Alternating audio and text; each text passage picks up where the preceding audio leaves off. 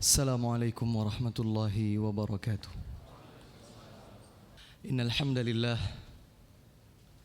nahmaduhu wa nasta'inuhu wa nastaghfiruh wa na'udzu billahi min shururi anfusina wa sayyiati a'malina. May yahdihillahu fala mudilla lah wa may yudlil fala hadiya lah.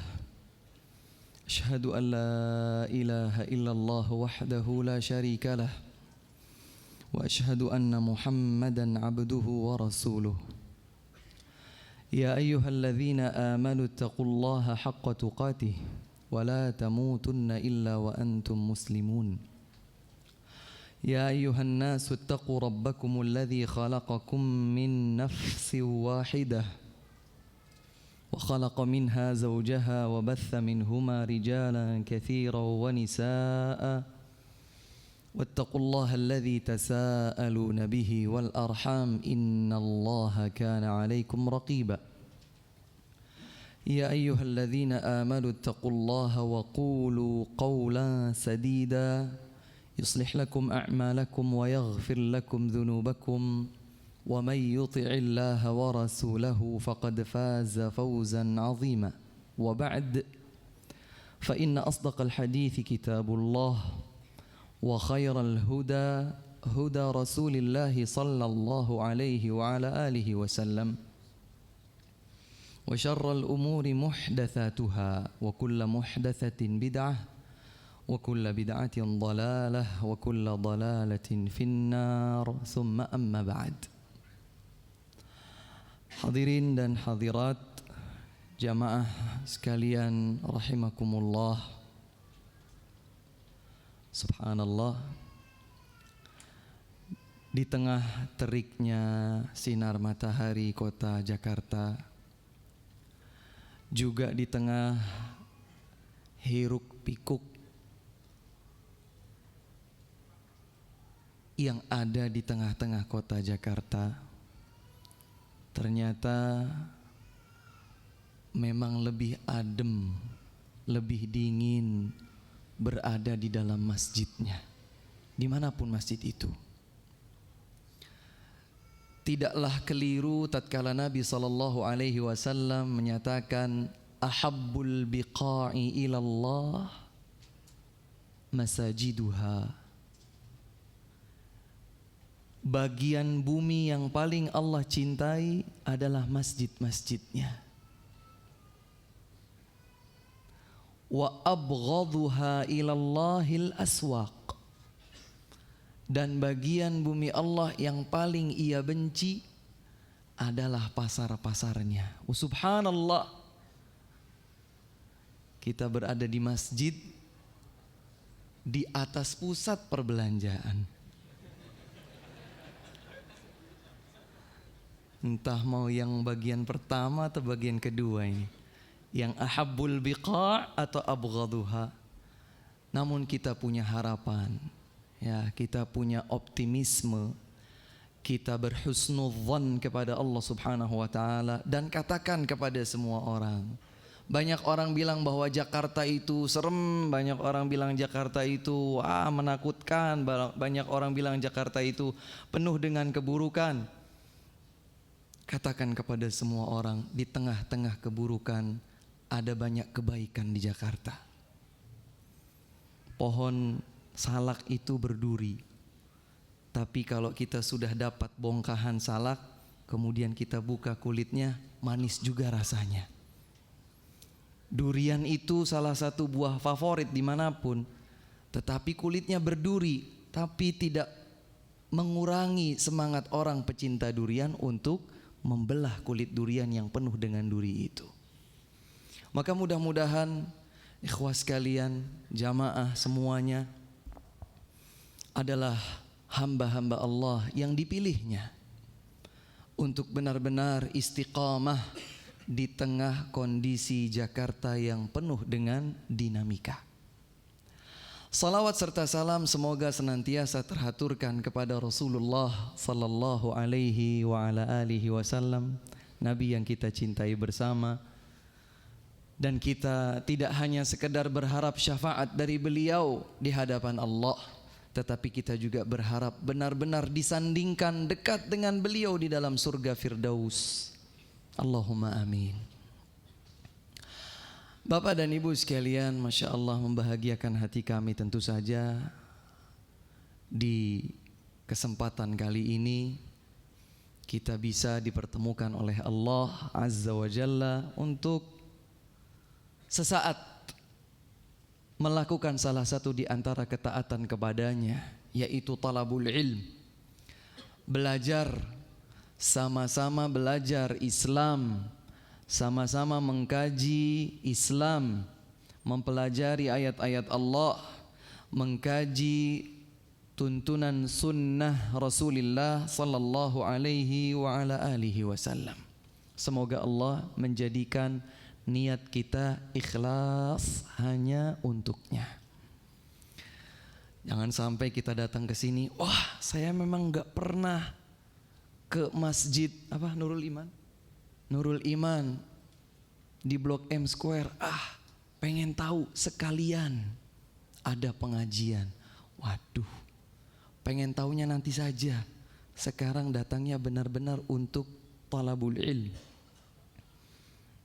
Ada juga yang hanya sekedar ingin, karena sempat terdengar gitu ya, saya pengen lihat langsung wajah Ustadz Fulan. Waduh, jangan karena itu.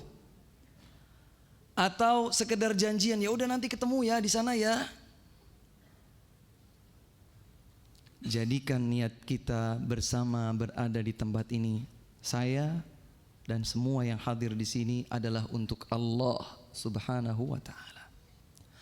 Baik hadirin sekalian, menarik perhatian kami di kesempatan siang hari ini untuk menelaah sesuatu yang belakangan sering terdengar. Banyak orang sekarang sudah angkat bicara tentang musuh-musuh. Wah, sekarang sudah semakin banyak musuh umat Islam. Musuhnya A, musuhnya B, musuhnya C, musuhnya D, dan seterusnya.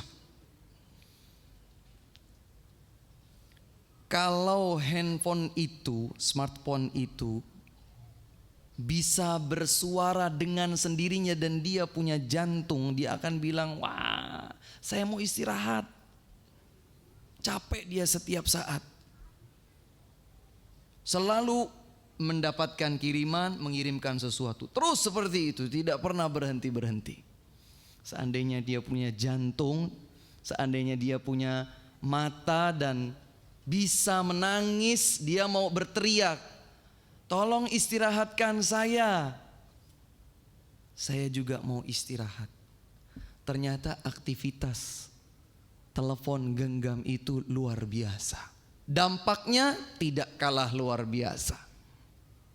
Sekarang tidak jarang orang yang angkat bicara tentang agama, dalilnya sekarang begitu ya, kata siapa? Nih, wah sibuk dicari sama dia. Padahal angkat bicaranya tentang agama, subhanallah. Agama Allah subhanahu wa ta'ala ada di dalam Al-Quran, ada di dalam Al-Hadith.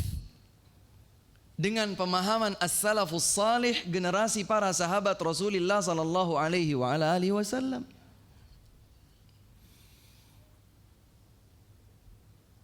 Berkomentar tentang yang terjadi di Yaman, berkomentar tentang yang terjadi di Suriah, berkomentar tentang yang terjadi di Irak, dan seterusnya. Enggak habis-habisnya. Kemudian bangkit sebuah semangat. Oh kalau begitu kita harus begini, kita harus begitu, kita harus menggalang dana, kita harus susun kekuatan, bla bla bla bla. Mas, silahkan bersemangat. Silahkan punya berbagai bentuk cita-cita dan angan-angan. Tapi tolong pastikan itu telah sesuai dengan ilmu. Kalau kita tidak punya ilmu, diam. Itu lebih selamat. Ketika banyak orang mulai berkata, mulai membuat opini, mulai membuat kesimpulan-kesimpulan, susun berbagai bentuk broadcast untuk di-share ke berbagai grup. Seakan-akan sudah umat Islam ini berada dalam kondisi yang genting. Subhanallah, dia untuk sholat 5 waktu saja sering terlambat. Larangan-larangan Allah saja sering dilanggar. Maka izinkan kami untuk menyegarkan ingatan kita bersama tentang siapa musuh terdekat kita.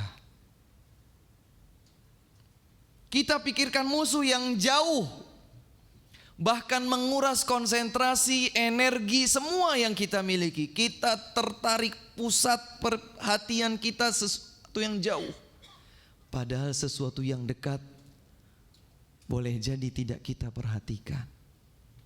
Di dalam sebuah karya ilmiah yang disusun oleh beliau Syekh Muhammad bin Abdullah Al-Imam,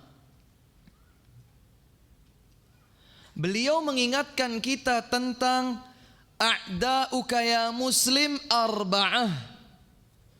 Musuh terdekatmu wahai muslim ada 4. Musuh terdekat seorang hamba ada 4. Ada yang kira-kira bisa menebak 4 ini? 1. Ada yang bisa kira-kira memperkirakan? Setan, Masya Allah. 2. Nafsu. Nafsu apa nih? Nafsu syahwat apa nafsu? Pokoknya nafsu, Ustaz, pernah dengarnya begitu. Yang ketiga, iya Pak, syubhat. Apalagi? Wanita. Masya Allah, ada aja ini. Bapak beristri Pak? Waduh. Bapak punya anak perempuan? Musuh terdekat kita ada 4. Yang pertama adalah an-nafs, jiwa. Jiwa kita sendiri. Musuh terdekat kita yang kedua adalah al-hawa, hawa nafsu, baik syahwat atau yang lainnya. Yang ketiga, syaitan, setan. Dan yang keempat adalah ad-dunya.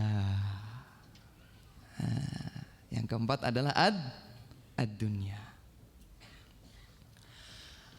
Yang pertama, an-nafs, jiwa. Allah Subhanahu wa taala berfirman di dalam surat Qaf ayat 16. InsyaAllah membahagiakan sekali duduk di majelis ilmu ketika melihat banyak yang mengikutinya dengan penuh semangat mencatat. Luar biasa. Di dalam surat Qaf ayat 16 Allah Subhanahu wa taala berfirman, "Walaqad khalaqnal insana wa na'lamu ma tuwaswisu bihi nafsuh." Allah Subhanahu wa taala menyatakan, dan kami telah menciptakan manusia dan kami tahu apa yang dibisikkan oleh nafsunya. Apa yang dibisikkan oleh nafsunya? Yang Allah sebutkan di dalam rangkaian cerita surat Yusuf. Wa ma ubarri'u nafsi. Aku tidak bisa menganggap diriku sendiri suci. Nafsi, saya tidak bisa menganggapnya suci. Kenapa? Innan nafsala ammaratum bisu. Sesungguhnya jiwa itu selalu mengajak kepada yang buruk. Jiwa itu selalu menyeret, memanggil, mengundang untuk yang buruk. Maka sesungguhnya inilah yang layak dijadikan sebagai musuh terdekat kita, karena kita tidak berpisah dari jiwa ini. Sepanjang hayat masih dikandung badan, maka selama itu pula kita berhadapan dengan jiwa Dan sepanjang itu pula jiwa akan mengajak kita kepada yang buruk. Karenanya di satu-satunya surat dalam Al-Quran, di dalam juz Amma, insyaallah surat ini sudah banyak dihafal oleh hadirin sekalian, bahkan anak-anak kecil barangkali sudah menghafalnya. Di dalam surat ini Allah Subhanahu wa taala bersumpah sampai 11 kali. Setelah sumpah Allah yang ke-9, barulah kemudian Allah bersumpah dengan jiwa. Perlu diingat bahwa Allah Subhanahu wa taala itu bersumpah dengan yang Allah kehendaki, baik atas nama dirinya atau atas nama makhluk-makhluknya. Wasyamsi, demi matahari, wal fajri, demi waktu fajar, wadduha, demi waktu duha, wattin, wazzaitun, dan seterusnya. Di dalam surat ini Allah Subhanahu wa taala bersumpah wasyamsi, demi matahari, waduhaha, dan demi waktu duhanya, wal qamari, demi bulan, idza talaha, bila ia datang setelahnya. Setelah siang berlalu datanglah malam. Wan nahari idza jallaha, wal laili idza yaghshaha, was samai wama banaha, wal ardi wama tahaha. 9 selesai. Wa nafsi wama sawwaha, demi jiwa dan apa yang dibisikkannya. Kemudian inti dari penyebutan setelah sumpah-sumpah berjumlah 11 itu, fa'alhamaha fujuraha wa taqwaha. Allah Subhanahu wa taala mengilhamkan kepada jiwa untuk menjadi buruk, fujur, atau menjadi bertakwa.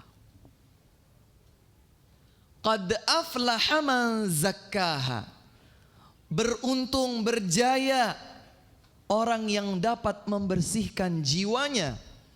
Wa qad khaba man dassaha, namun telah merugi orang yang mengotorinya.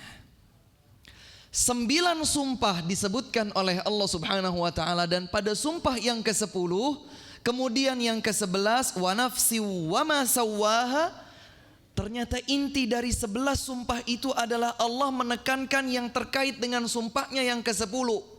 Fa'alhamaha fujuraha wa taqwaha. Allah yang memberikan ilham, Allah yang memberikan petunjuk, Allah yang menggerakkan. Dan ternyata manusia itu terbagi menjadi 2. Ada yang jiwanya baik, bertakwa, namun ada pula yang jiwanya buruk, melakukan fujur. Nas'alullah as-salamata wal afiyah. Sehingga sesungguhnya musuh manusia atau seorang hamba yang paling dekat dengan dirinya adalah jiwanya sendiri. Karena jiwanya justru sering mengajaknya kepada keburukan.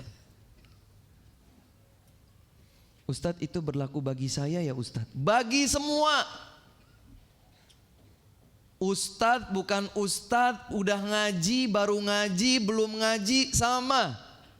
Dia selama hidup masih punya jiwa, nafs.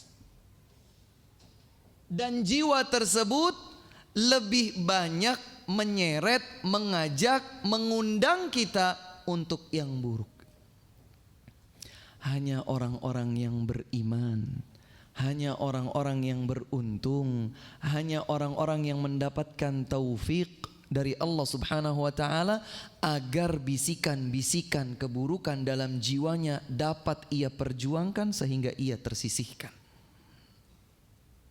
Dan karenanya pula Allah Subhanahu wa taala menyebutkan di dalam sebuah ayatnya, innallaha ashtara minal mu'minina anfusahum. Allah membeli dari kaum mukminin, apa yang Allah beli? jiwa-jiwa mereka. Subhanallah.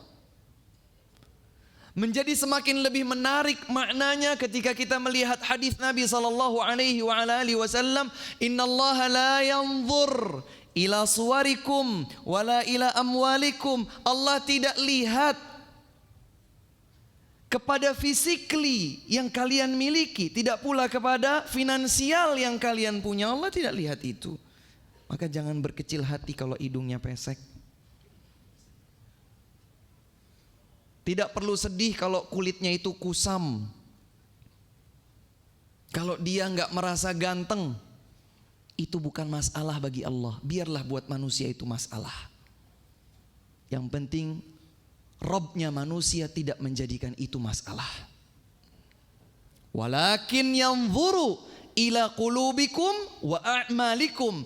Akan tetapi Allah subhanahu wa ta'ala melihat kepada hati-hati, jantung, kalbu kalian.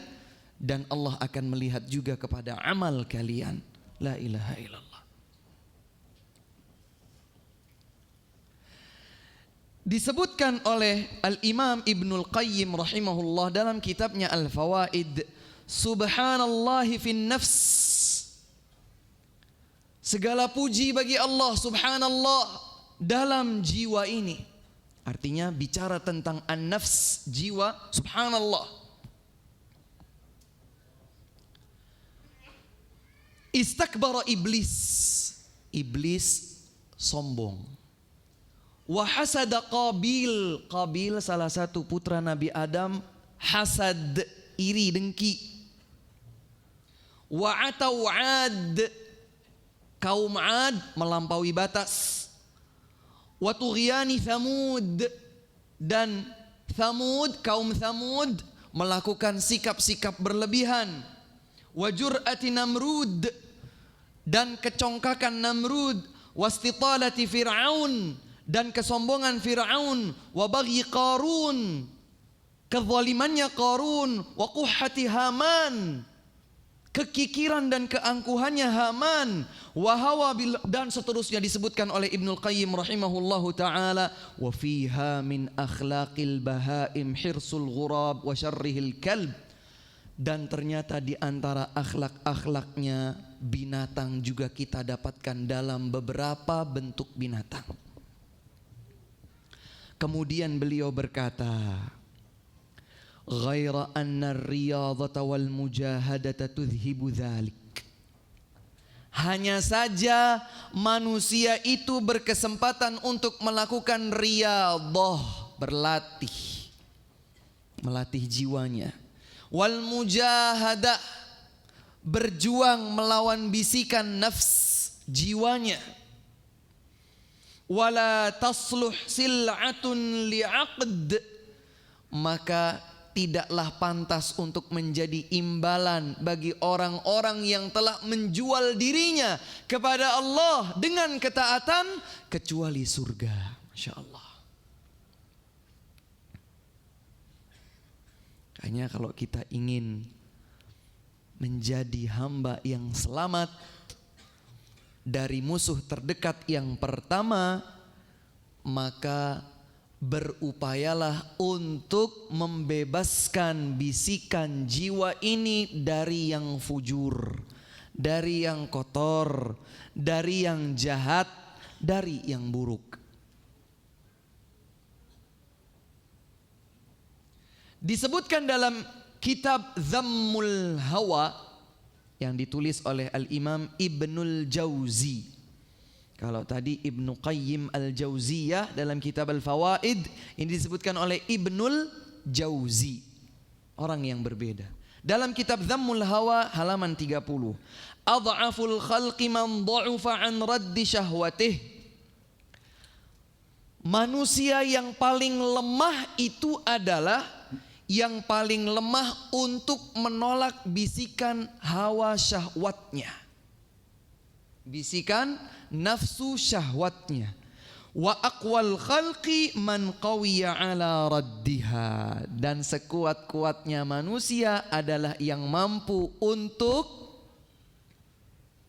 menolak bisikan hawa nafsunya. Masya Allah. Ihdhar nafsaka fama asabaka bala'un qattu illa minha wala tuhaniduha. Berhati-hatilah engkau, waspadalah terhadap dirimu sendiri. Apa yang menimpamu di antara bentuk cobaan tidaklah kecuali engkau semestinya menundukkan jiwamu untuk tetap berada di jalan Allah Subhanahu wa taala. Karenanya ikhwah sekalian, tadi di dalam serangkaian surat Asy-Syams,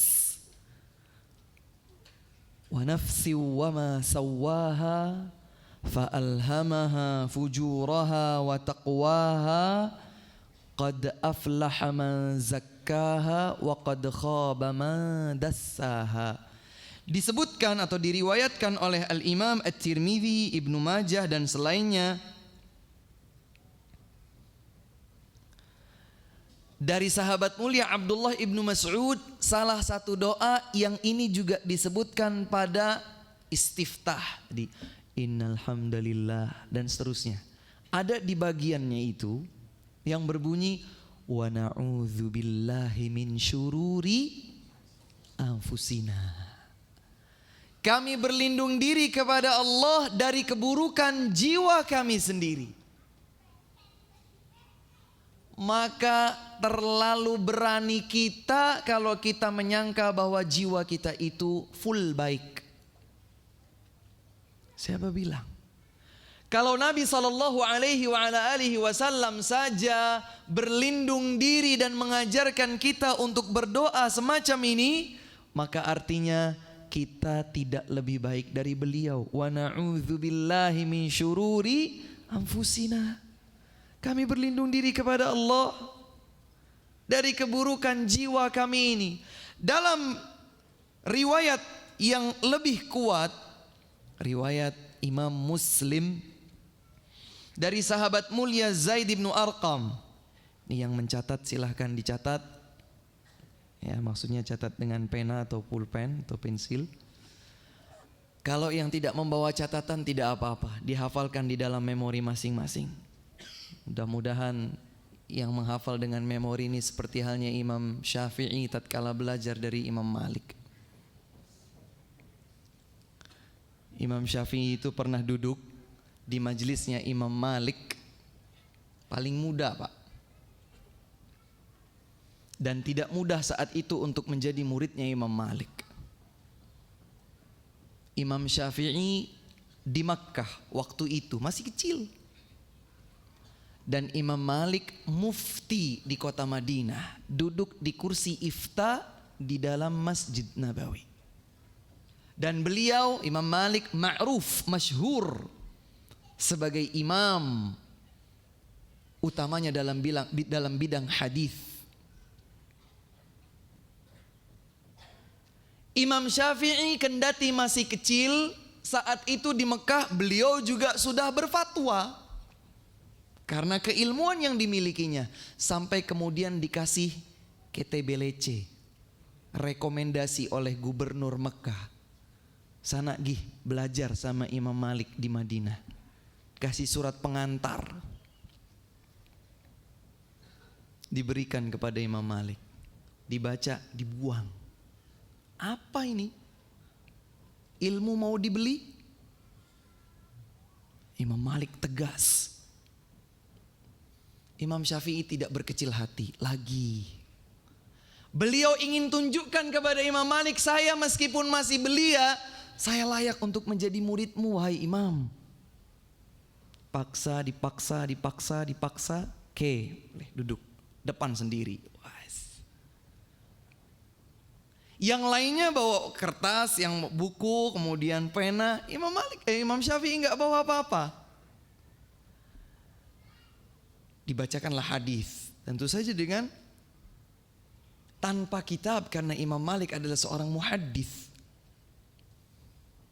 Qala haddatsana fulan qala haddatsana fulan qala haddatsana fulan qala haddatsana fulan an Abi Hurairah 'anil Nabi sallallahu alaihi wasallam qala haddatsana fulan qala haddatsana fulan an Abi Hurairah radhiyallahu anhu anna an-nabiy qala Satu hadis, dua hadis, 10, 20, berpuluh-puluh hadis, ternyata Imam Syafi'i hanya menggerakkan jarinya.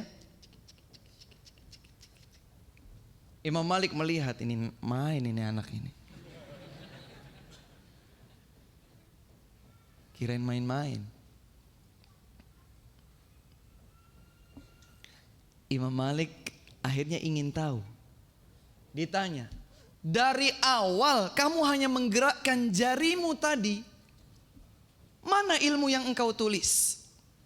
Kemudian kata Imam Syafi'i, wahai Imam Malik, izinkan aku untuk memperdengarkan seluruh hadis yang tadi engkau bacakan sejak awal. Disebutkan dan tidak satu harokat pun keliru.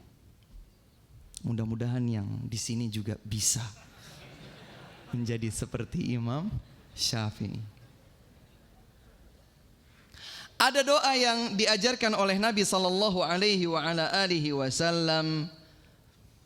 Allahumma ati nafsi taqwaha wa zakkiha anta khairu man zakkaha anta waliyuha wa maulaha. Ana ulangi. Allahumma ati.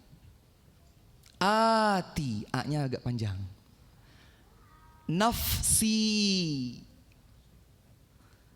taqwaha.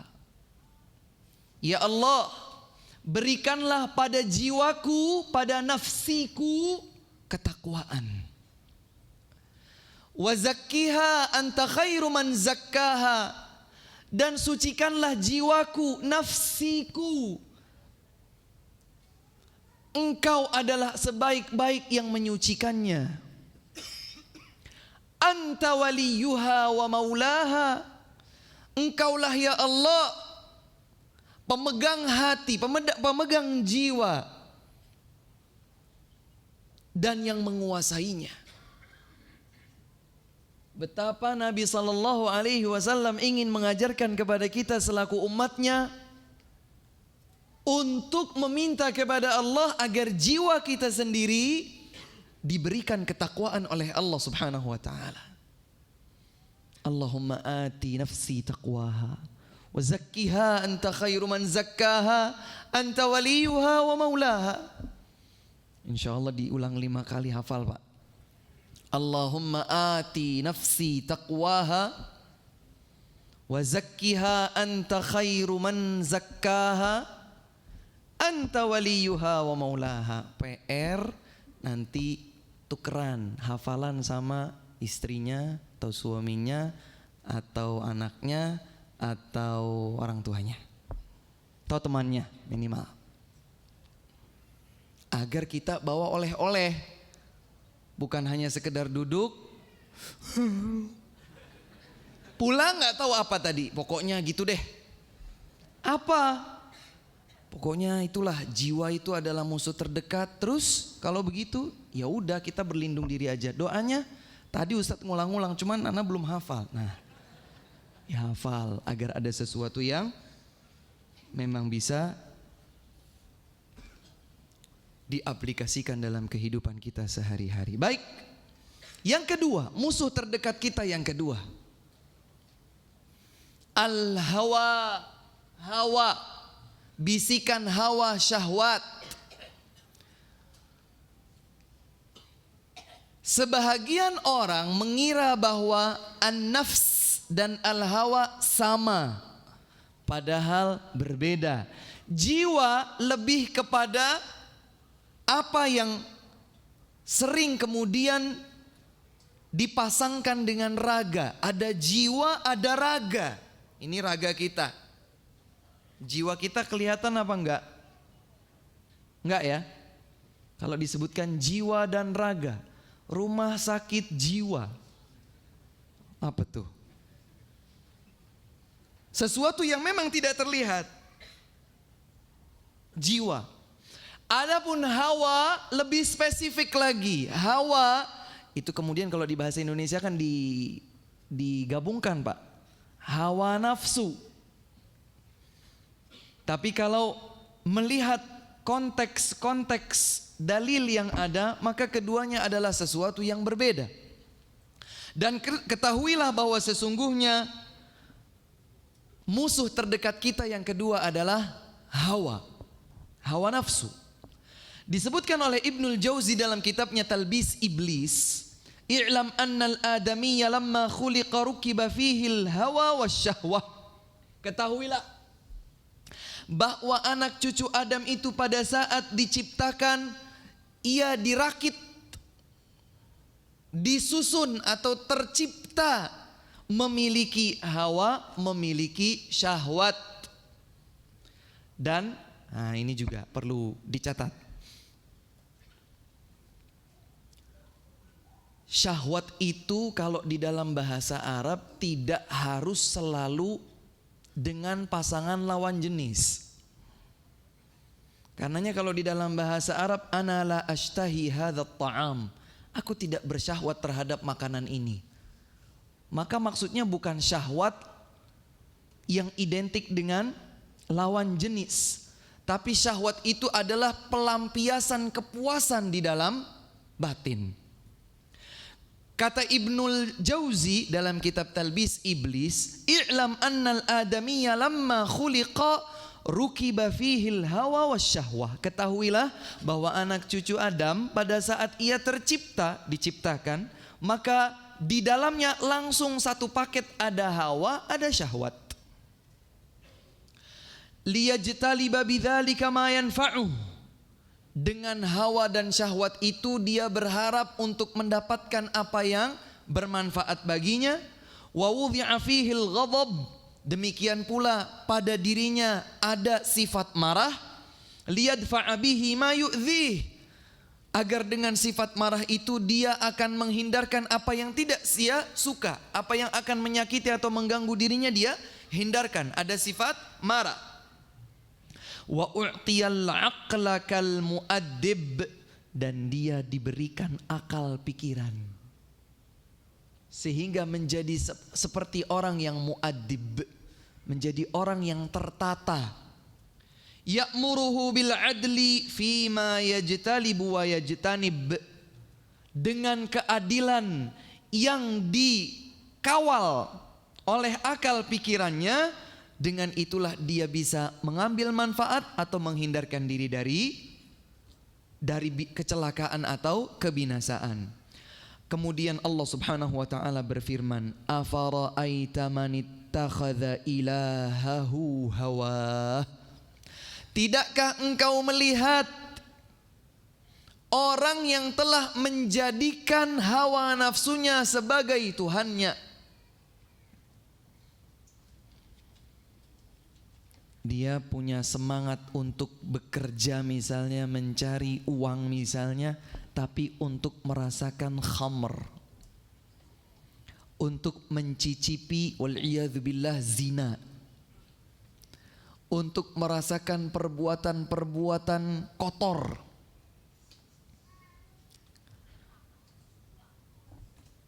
Ada orang yang semacam ini dan Allah Subhanahu wa taala mengajak kita untuk melihat mereka. Afara'aita man ittakhadha ilahahu hawa? Tidakkah engkau melihat ada sebagian orang yang menjadikan hawa nafsunya sebagai Tuhannya? Na'udzubillah. Na'udzubillah. Dan ini yang seperti tergambar pada orang-orang kafir wal iyadzubillah, ya'kulun wa yatamatta'un kama ya'kulul an'am, makan bersenang-senang ternyata seperti makan dan bersenang-senangnya binatang ternak. Sehingga di dalam sebuah ayat disebutkan, haula'i kal an'am balhum adall, mereka seperti hewan ternak bahkan lebih sesat. Makanya kalau punya masalah, jangan selalu negative thinking. Dan ini kadang-kadang memang kelepasan ya, namanya juga manusia. Dapat masalah langsung wah gelisah. Kenapa ya saya dapat masalah? Emang kenapa? Ya enak lah kalau nggak punya masalah. Kalau manusia pasti ada masalah. Kalau nggak ada masalah yang bunyinya mo, nah itu nggak masalah dia. Dia nggak punya masalah itu. Tapi kalau manusia, apalagi ia telah berikrar dengan keimanan, dia pasti akan mendapatkan ujian. Salah satu bentuk ujiannya adalah problem. Bagaimana saya bisa menangani problem tersebut? Kunci dasarnya adalah taqwa. Allah Subhanahu wa taala berfirman, "Wa may yattaqillaha yaj'al lahu makhraja." Setiap orang itu pasti menjumpai masalah dalam hidupnya. Maka Allah Subhanahu wa taala menyatakan dalam surat At-Talaq ayat yang kedua, barang siapa takwa kepada Allah, maka Allah akan berikan jalan keluar terhadap semua masalahnya.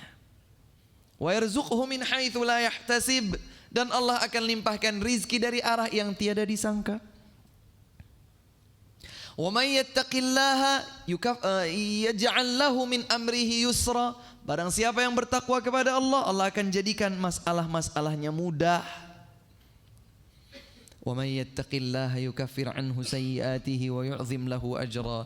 Barang siapa yang bertakwa kepada Allah, maka Allah akan mengampuni dosa-dosanya dan melipat gandakan pahala baginya. Maka jangan selalu negative thinking dengan masalah. Semoga Allah Subhanahu wa taala melimpahkan kesabaran kepada kita dan memberikan jalan keluar kepada kita melalui takwa.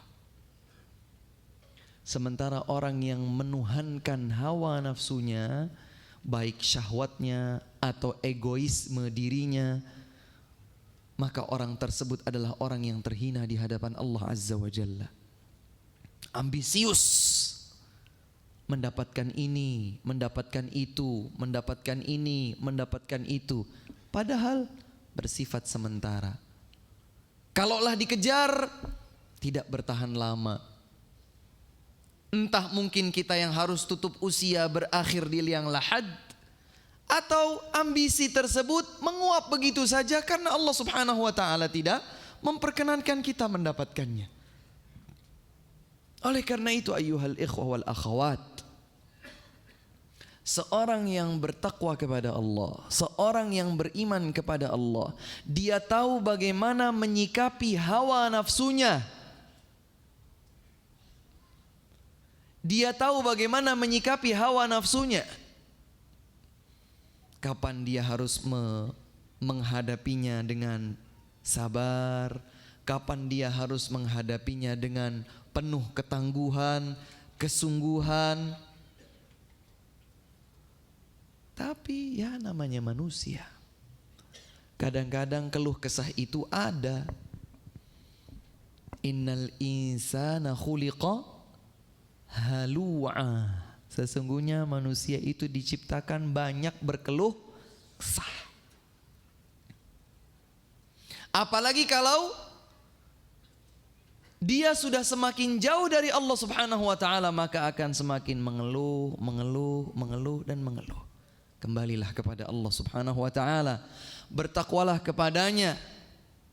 Jauhkan bisikan hawa nafsu. Dan sekali lagi, hawa nafsu atau syahwat itu tidak hanya berhenti hanya pada makna yang terkait dengan kemaluan atau hubungan lawan jenis. Tidak. Apa saja, orang ingin kepemimpinan, itu adalah hawa nafsunya. Seseorang congkak tidak mau menerima kebenaran, itu hawa nafsunya. Seseorang tidak mau ditegakkan amar ma'ruf pada dirinya supaya tidak kehilangan kursi panas yang sedang dia duduki, itu hawa nafsunya. Banyak hawa nafsu yang kita lihat di kehidupan kita sehari-hari. Maka dinasihatkan oleh beliau, faya muslim, wahai seorang muslim, idza aradta an tadzuqa ta'mal iman, kata beliau, jika engkau ingin merasakan manisnya iman, wa an tajida sa'adata ta'abbudi lillah, dan engkau mengharapkan kebahagiaan beribadah kepada Allah, fa'alaika an tuhariba hawak, maka hendaklah engkau memerangi hawa nafsumu sendiri. Dijelaskan di dalam Ibnul Jauzi juga dalam kitabnya Dhammul Hawa halaman 16, wa'lam annal hawa yasri bi sahibihi fi funun. Masya Allah. Kata beliau, ketahuilah bahwa hawa nafsu itu mengalir pada diri pelakunya dalam berbagai bentuk. Dalam berbagai bentuk. Wa yukhrijuhu min dairatil aqli ila dairatil junun. Dan hawa nafsu seringkali mengeluarkan diri seseorang dari akal yang sehat menuju kegilaan. Maksudnya dia itu menjadi hamba yang enggak stabil mikirnya. Itulah yang wallahu a'lam sering dibilang galau lah, apalah. Jangan galau. Bertahanlah untuk tidak menjadi galau. Wa qad yakunul hawa fil ilm, kata Ibnul Jauzi. Boleh jadi hawa nafsu itu ada pada ilmu. Loh, maksudnya gimana itu Ustadz? Hawa nafsu dalam ilmu di antara contohnya adalah seseorang sudah berilmu tapi tidak mau mengamalkannya. Itu hawa nafsu dalam ilmu. Atau seseorang lebih merasa enjoy dengan kejahilan pada dirinya, kebodohan pada dirinya. Itu hawa nafsu pada ilmu. Atau seseorang menyembunyikan ilmu agar tidak ada orang yang lebih pintar dari dirinya. Itu juga hawa nafsu dalam ilmu. Subhanallah. Maka hawa nafsu juga berlaku pada ilmu. Fayukhrijuhu ila dhiddi ma ya'muru bihil ilm. Maka hawa nafsu dalam ilmu artinya seseorang yang akan justru mengeluarkan dirinya sendiri dari bimbingan dan tuntunan pelita ilmu. Pada dasarnya ilmu itu baik. Ilmu itu adalah cahaya. Ilmu itu adalah pelita.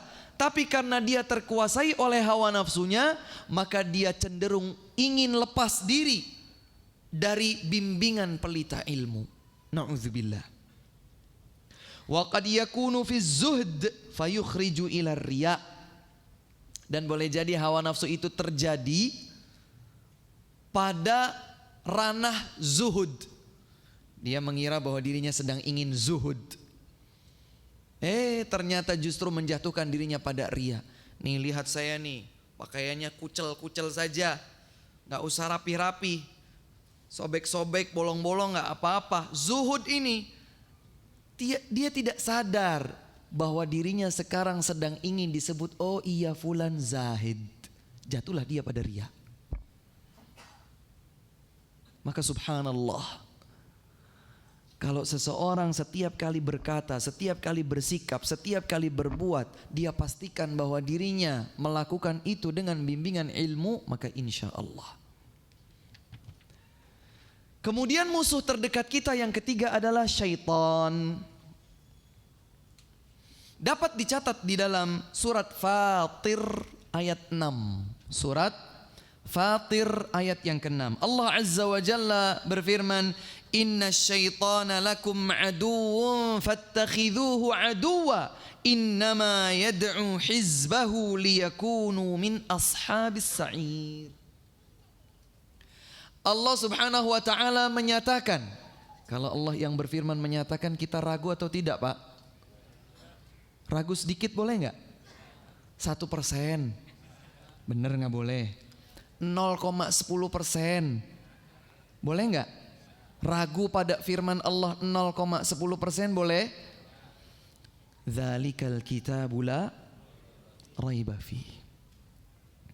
Allah Subhanahu wa taala di dalam surat Fatir ayat yang ke-6 menyatakan, Innasyaitana lakum adu. Sesungguhnya setan itu bagi kalian adalah musuh. Fattakhidhuhu aduwa. Maka jadikan ia musuh. Jangan rubah statusnya. Jangan ganti predikatnya. Biarkan dia sebagaimana yang Allah Subhanahu wa taala tetapkan, yaitu sebagai musuh bagi kalian. Dan yang harus diingat, innama yad'u hizbahu. Sesungguhnya syaitan hanya akan mengajak anggota kelompoknya liyakunu, agar anggota kelompoknya itu menjadi min ashabis sa'ir, sahabat-sahabatnya di neraka sa'ir yang menyala-nyala. Siapa yang menyatakan hal ini? Allah. Percaya? Ustadz, bagaimana saya mau menjadikan setan itu musuh saya nggak kelihatan? Ya justru di situ nilai ujiannya. Setan memang tidak terlihat. Kalau kelihatan kita setiap hari bawa pedang. Atau kalau setan itu bisa ditembak, laris manis perdagangan senjata tajam di sini, senjata api. Setannya kelihatan. Kalau di sini ada door, di sini ada door, nggak bisa. Innahu yarakum huwa wa qabiluhu min haitsu la tarawnahum. Dia setan dan kroninya bisa melihat kalian di sisi kalian tidak bisa melihat mereka. Tapi parahnya dia ini selalu mengajak yang bisa direkrut menjadi temannya untuk menjadi penduduk neraka sa'ir. Na'udzubillah. Semakin ditegaskan oleh Allah Subhanahu wa taala di dalam surat Al-A'raf ayat 27. Allah menyatakan, "Ya bani Adam la yaftinannakumus syaitan kama akhraja abawaikum minal jannah." Wahai anak cucu Adam, jangan sampai setan memfitnah kalian, maksudnya menggoda dan menggelincirkan kalian sebagaimana ia telah berhasil menggelincirkan ayah kalian dan mengeluarkannya dari surga. Ayah kita semua Adam alaihissalam sudah berada di dalam surga. Tapi iblis, syaitan memang diciptakan dari unsur yang mengerikan, yaitu api. Dan selalu memiliki kufur, pembangkangan. Maka dia tidak senang melihat Adam berada dalam kenikmatan surga. Digodalah Adam sehingga Adam alaihissalam melakukan perbuatan yang menyebabkan Allah murka kepadanya dan kepada Hawa istrinya. Maka Allah Subhanahu wa taala menegaskan, "Ya bani Adam, wahai anak cucu Adam, kita semua ini, la yaftinannakumus syaitan." Jangan sampai syaitan menggelincirkan kalian. Kama akhraja abawaikum minal jannah. Sebagaimana syaitan telah menyebabkan keluarnya ayah kalian dari surga. Dikuatkan lagi dengan surat Al-Kahfi ayat 50. Allah berfirman, "Afatattakhidunahu wa dzurriyyatahu awliya'a min duni wa hum lakum adu bi'sa lidh-dhalimina badala." Apakah kalian akan menjadikan syaitan dan anak-anak keturunannya sebagai pihak yang dibela dan dicinta, padahal dia itu bagi kalian adalah musuh? Maka jelek sekali pengganti bagi orang-orang yang zalim. Artinya syaitan itu sudah ditetapkan menjadi musuh, maka jangan dirubah menjadi teman. Jelek sekali orang-orang zalim yang telah merubah predikat musuh yang telah ditetapkan oleh Allah tapi justru menjadi teman. Nah, ngeri ini. Maka kita harus berhati-hati terhadap bisikan syaitan. Banyak sekali ayat-ayat dan hadis yang mengungkapkan kepada kita tentang syaitan yang berjati diri bagi kita sebagai sebagai musuh dan musuh kita yang terdekat. Bahkan Allah Subhanahu wa taala menyatakan di dalam surat Ibrahim ayat 22, "Wa qala asy-syaitanu lamma qudiyal amru innallaha wa'adakum wa'dal haqqi wa wa'adtukum fa akhlaftukum wa ma kana li 'alaikum min sultan illa an da'awtukum fastajabtum li." Nanti pada hari kiamat. Pada hari kiamat, hari yang dimana sudah tidak berlaku lagi penyesalan, syaitan seakan-akan berorasi di hadapan para pengikutnya. Tatkala ketetapan telah diputuskan, maka syaitan akan berkata, "Innallaha wa'adakum wa'dal haqqi." Allah telah berjanji untuk kalian dan janji Allah pasti benar. Wa wa'adtukum fa akhlaftukum. Kalau aku berjanji, kata syaitan, aku mengingkari janjiku.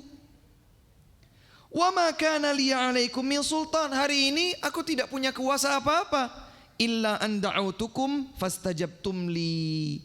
Aku tidak lakukan apa-apa kecuali aku mengajak kalian. Kok kalian menjawab panggilanku? Nah, loh. Aku kan cuman menggoda. Kok kalian mau? Janji Allah itu janji yang pasti, kalian tidak mau. Janjiku janji palsu, tapi kok kalian mau? Ini orasi syaitan di hadapan para pengikutnya nanti pada hari kiamat. Sehingga syaitan nanti akan dengan senangnya berkata, fala talumuni walumu anfusakum. Jangan celah aku, celah saja diri kalian sendiri. Kenapa kalian jadikan aku teman? Kenapa kalian jadikan aku sebagai pihak yang diikuti? Kenapa kalian memenuhi panggilan-panggilanku? Mestinya kalian penuhi saja panggilan Allah Subhanahu wa ta'ala, karena janjinya adalah janji yang hak. Subhanallah, bejat sekali syaitan ini. Seandainya sekarang di sini ada syaitan, kita akan penggal sama-sama. Tapi masalahnya dia tidak kita lihat. Oleh karena itu waspadalah terhadap musuh terdekat kita, yang tidak terlihat oleh kita. Musuh yang ketiga yaitu syaitan. Kemudian yang terakhir, sebelum mudah-mudahan nanti ada kesempatan untuk tanya jawab, adalah ad-dunya. Nah, kalau sudah bicara dunia ya semuanya tadi yang disebutkan sebelah sana. Wanita ya Pak ya? Iya. Wanita bagian dari dunia enggak? Iya, karenanya kata Nabi SAW, fattaqud dunya wattaqun nisa.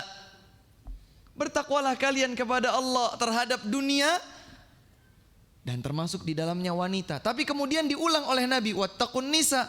Khawatirlah kalian, waspadalah kalian terhadap para wanita. Wanita itu penggoda. Ibu jangan merasa tersinggung ya Bu. Ini sabda Nabi SAW. Tapi ini bukan wanita, seluruh wanita. Hanya wanita-wanita yang merugikan. Kalau istri yang salihah, maka itu adalah separuh agama.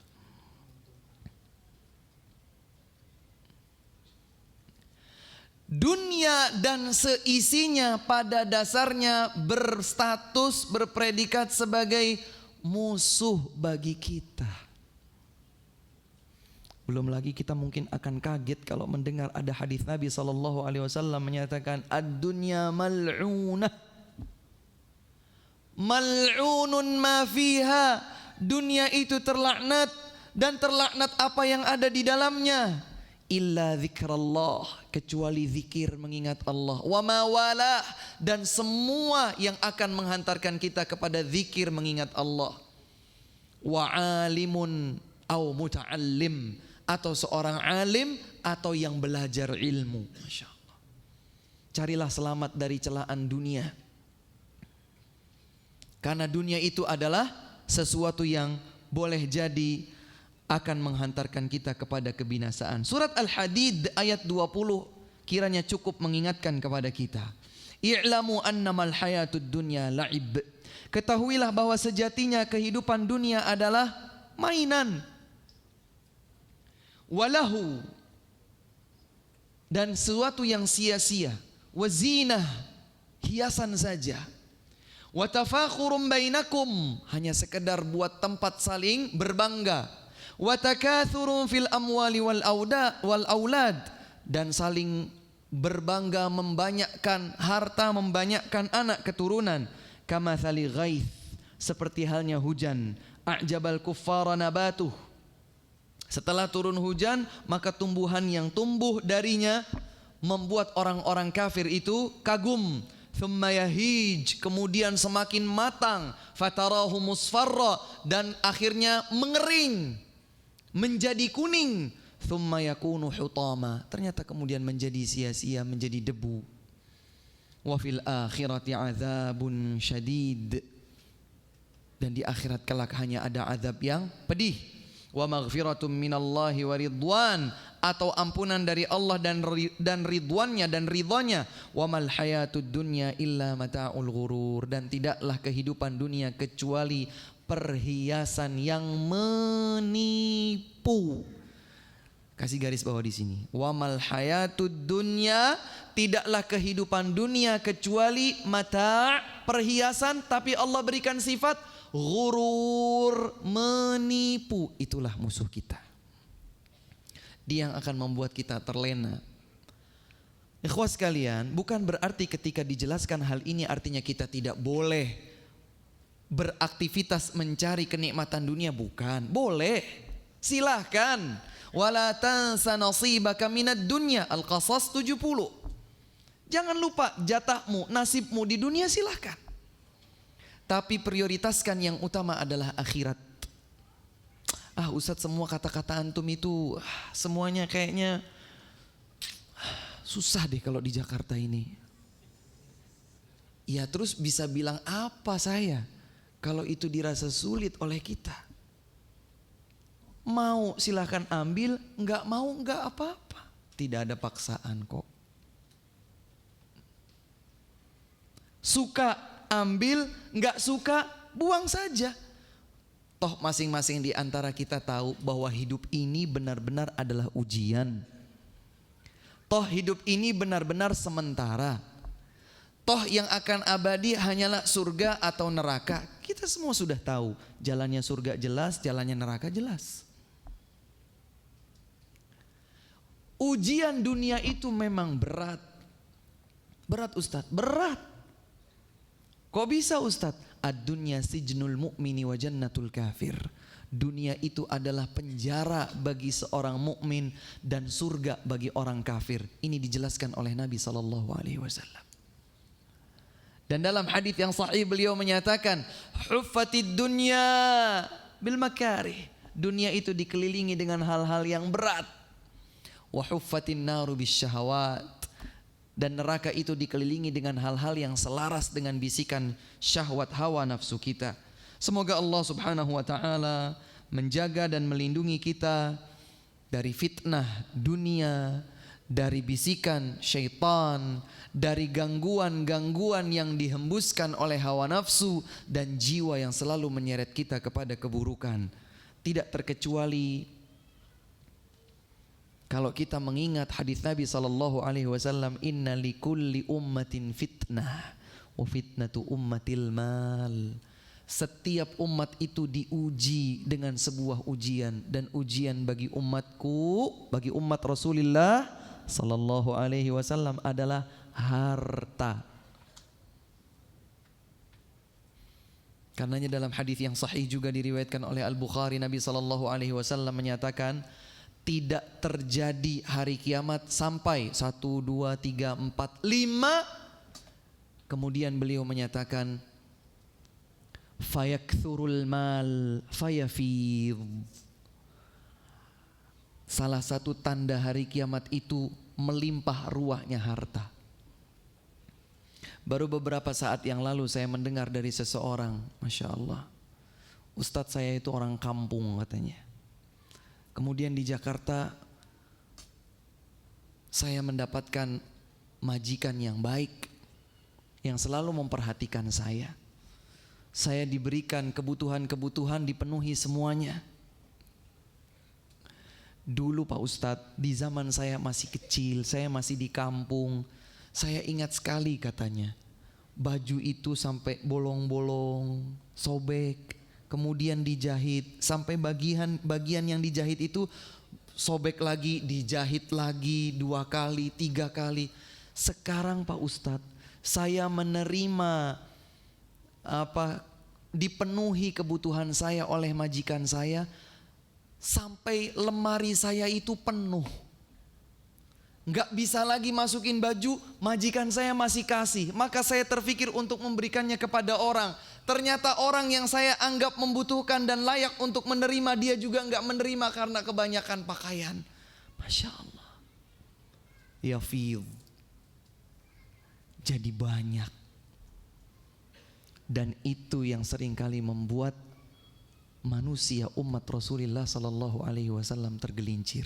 Berlindung dirilah kepada Allah Subhanahu wa taala dari 4 musuh terdekat kita, dari nafsu jiwa kita sendiri, dari bisikan hawa syahwat, dari syaitan, dan dari dunia yang seakan-akan melambai hijau menanti kedatangan kita untuk dipeluk dan diraihnya. Semoga Allah Subhanahu wa taala menjadikan kita hamba-hambanya yang salih dan salihah, berhak untuk mendapatkan husnul khatimah dan kembali ke dalam surganya. Allahumma amin. Ini yang dapat kami sampaikan, kurang dan lebihnya mohon maaf. Wallahu taala a'lamu bis-shawab wa akhiru da'wana alhamdulillahi rabbil alamin. Jika ada pertanyaan kami persilahkan.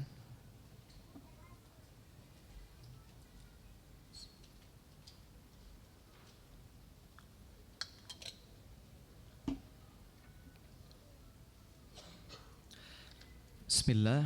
Ustadz, bagaimana cara menjaga sunnah di akhir zaman seperti ini agar selalu istiqamah? Yang pertama, ikhlaskan niat hati dalam setiap berilmu dan beramal. Dan ini penting. Ini sangat penting. Mengikhlaskan hati dalam setiap berilmu dan beramal. Kemudian yang kedua, selalulah bersemangat untuk menuntut ilmu, karena ilmu adalah pelita dalam kegelapan langkah kita. Yang ketiga, senantiasalah berada di tengah lingkungan yang baik, yang salih. Berada di tengah lingkungan yang baik, yang salih, yang akan selalu mengingatkan kita, bersahabat dengan sahabat yang akan mengingatkan kita akan kebaikan, dan begitu seterusnya. Yang keempat, berdoa kepada Allah Subhanahu wa taala, karena sebanyak-banyak doa yang dipanjatkan oleh Nabi sallallahu alaihi wasallam adalah terkait dengan istiqamah. Ya muqallibal qulub, tsabbit qalbi ala dinik. Dan juga yang tidak kalah pentingnya adalah astaghfirullahaladzim, kok lupa menyebutkan sesuatu.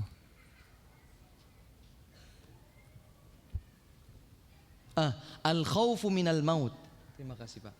Takut, ya, takut akan kondisi buruk di ujung dari kehidupan kita. Nah, kita harus selalu mengingat kematian dan kita mengkhawatirkan su'ul khatimah. Ustadz, saya seorang dokter. Jika ingin membuka pelayanan dengan sistem BPJS, apakah dibolehkan? Sebab nanti BPJS akan diberlakukan kepada seluruh penduduk Indonesia. Wallahu ta'ala a'lam, jika nanti memang sudah menjadi sebagai sebuah ketetapan seperti halnya pajak dan lain sebagainya, kita tidak bisa kecuali mengikutinya. Wallahu ta'ala a'lam, memperbanyak istighfar kepada Allah dan melakukan amal kebaikan yang akan menutupinya. Bagaimana cara agar mendapatkan husnul khatimah? Wah, kajian tersendiri ini. Tapi yang jelas mendapatkan husnul khatimah ringkasnya adalah dengan istiqamah. Dan bagaimana agar istiqamah? Yang tadi dijelaskan. Bagaimana menghilangkan bisikan yang ada di dalam dada kita? Menghilangkan itu enggak bisa, karena selalu saja dibisik-bisikan. Qul a'udzu birabbin nas, malikin nas, ilahin nas, min syarril waswasil khannas alladzi waswisu fi sudurin nas minal jinnati wan nas. Kalau menghilangkan sama sekali kayaknya sulit, tetapi meminimalisir godaan tersebut maka bisa. Di antaranya adalah memperbanyak berzikir dan berdoa kepada Allah Jalla wa Ala.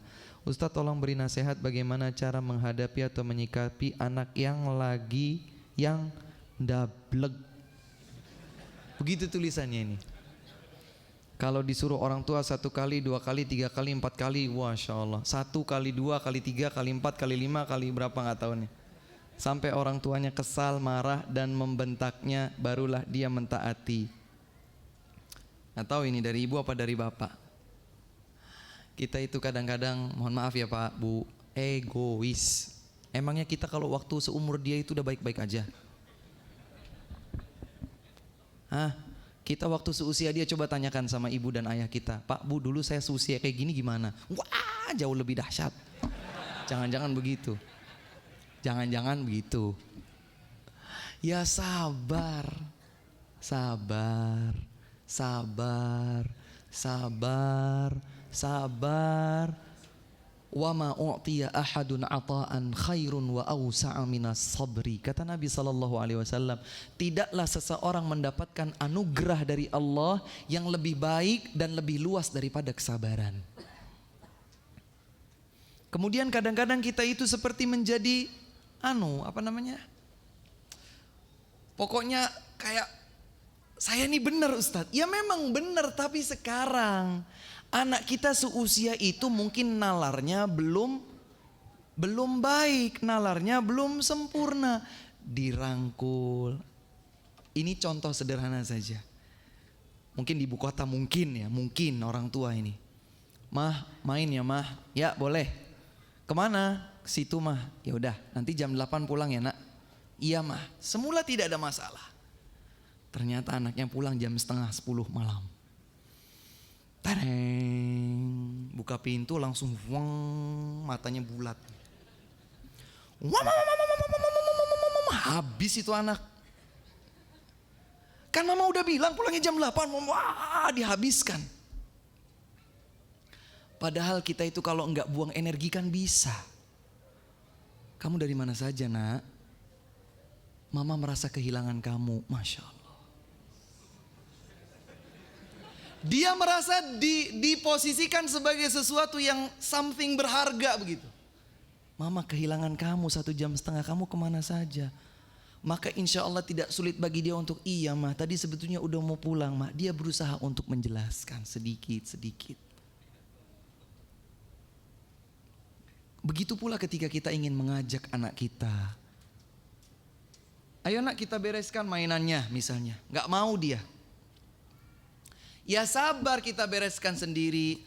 Oh rasanya senang sekali ya kalau bereskan mainan ini ditemani sama kamu nak. Masih tidak bergeming juga. Ya sabar sampai semua beres mainannya. Besok begitu lagi. Sampai kemudian Allah subhanahu wa ta'ala memberikan taufik kepadanya.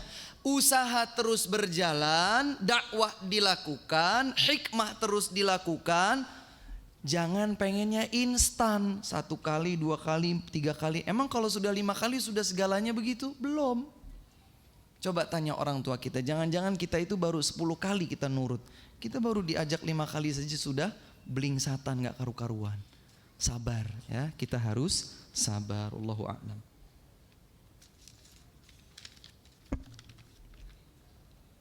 Pak Ustadz, apakah astaghfirullahaladzim dan astaghfirullahal azim alladzi la ilaha illa huwal hayyul qayyum wa atubu ilaik termasuk zikir-zikir yang disunnahkan dibaca di setiap waktu dan di setiap tempat? Iya, perbanyaklah istighfar. Mana yang lebih utama dari 2 bacaan tersebut? Yang lebih mudah untuk kita baca? Bolehkah berpuasa 3 hari setiap bulan dengan tidak berturut-turut secara acak? Oh, siyamu ayyamil bidh mungkin.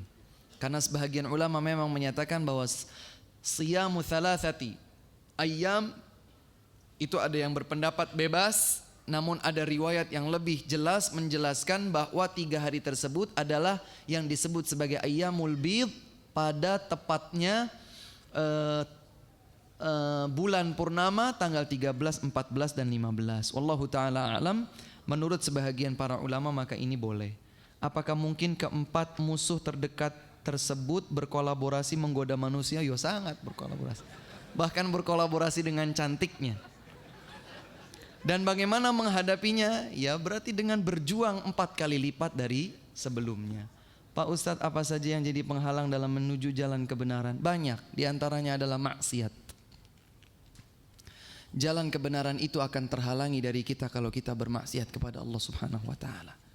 Dan dampak buruknya maksiat itu banyak, diantaranya adalah kita terhalang dari as-siratul mustaqim. Setiap saat kita baca ihdinas siratal mustaqim, ihdinas siratal mustaqim. Tapi kalau maksiat jalan terus, ya mana mungkin Allah akan memberikan as-siratul mustaqim. Sahabat yang bernama Umar radhiyallahu anhu ditakuti syaitan. Apakah dikabarkan dari hadis Nabi SAW? Allah Ta'ala a'lam, tetapi banyak disebutkan di dalam riwayat-riwayat sirah nabawiyah. Allahu a'lam. Tapi setidaknya dengan banyaknya terulang-ulang, memang Umar ibn al-Khattab radhiyallahu anhu itu terkenal sebagai sosok yang tegas. Sosok yang sangat tegas, sehingga tidak mustahil kalaulah dia berjalan, syaitan akan minggir dari jalan tersebut karena takut menghadapi Umar radhiyallahu anhu. Wallahu a'lam bissawab. Ustaz, ana dulu hampir tiap malam melaksanakan salat tahajud. Namun waktu demi waktu ana sekarang jarang melaksanakan salat tahajud dikarenakan rasa takut untuk bangun malam. Kenapa takut? Bagaimana caranya menghilangkan rasa takut ini? Takutnya kenapa? Ada seorang sahabat bernama Abdullah bin Amr bin Al-As. Ya fulan, la takun mithla Abdullah, kana yusalli al-lail fataraka qiyamal lail. Wahai sahabat, jangan engkau menjadi seperti Abdullah. Abdullah itu dahulu salat, sekarang ia meninggalkan salat. Artinya sedikit tapi konsisten lebih baik daripada banyak tapi berhenti setelah seminggu. Sedikit tapi konsisten. Coba jaga witir, setiap malam gak pernah absen, 1 rakaat saja. Nanti kalau sudah banyak, artinya sudah terjaga dengan baik, tambah witir juga tapi 3 rakaat. Sudah konsisten, tambahkan tahajud 2 rakaat dulu, 2 rakaat lagi, doanya diperbanyak, sujudnya diperpanjang, tasbihnya diperpanjang, dan begitu seterusnya. Ahabbul a'mali ilallahi adwamuha wa in qall. Sebaik-baik amal yang dicintai oleh Allah adalah yang berkesinambungan meskipun sedikit. Wallahu a'lam. Setan diharuskan menjadi musuh kita. Apakah sama dengan kita juga harus menjadikan jin sebagai musuh kita? Jin itu secara umum, jin ada yang benar, ada yang gak benar. Jin yang gak benar, yang durjana, yang pembangkang disebut syaitan. Syatana diambil dari kata shinto dan na. Syatana itu artinya membangkang.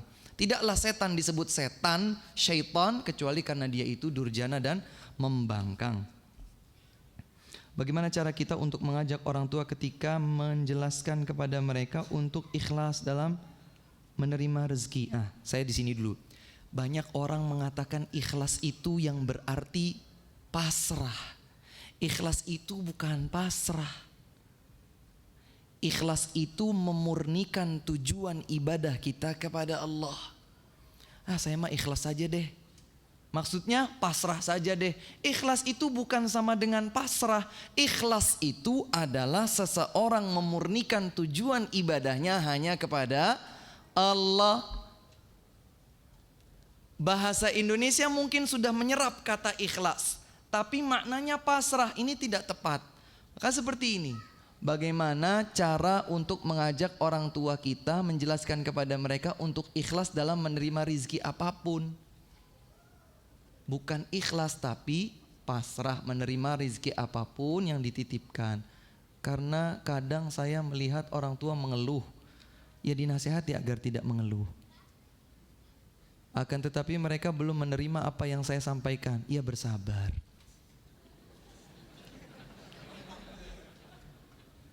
Kita itu kadang-kadang pengennya begitu sulap, celing, harus berubah seperti yang saya kehendaki. Kamu harusnya begini, ini yang benar ya. Besok jangan sampai saya lihat lagi kamu begini.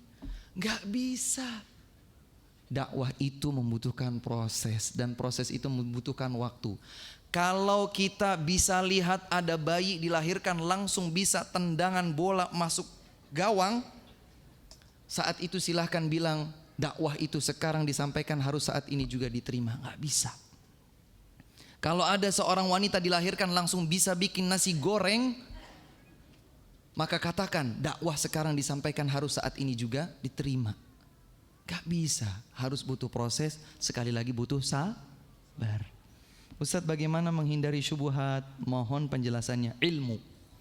Syubhat itu dilawan dengan ilmu. Innal halala bayyin wa innal harama bayyin wa bainahuma umurun mushtabihat la ya'lamuhunna katsirun minan nas. Tidak berilmu tentang yang syubhat kebanyakan dari manusia.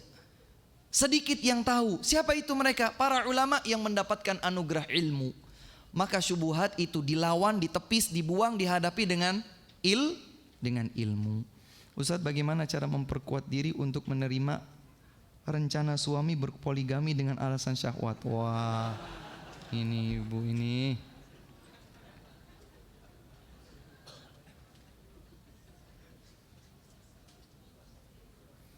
Ibu cara memperkuat dirinya adalah juga sama dengan sabar. Ini kan katanya bagaimana cara memperkuat diri untuk menerima rencana suami berpoligami dengan alasan syahwat. Kalau ibu nggak mau bapak berpoligami, ya ibu harus penuhi syahwat bapak.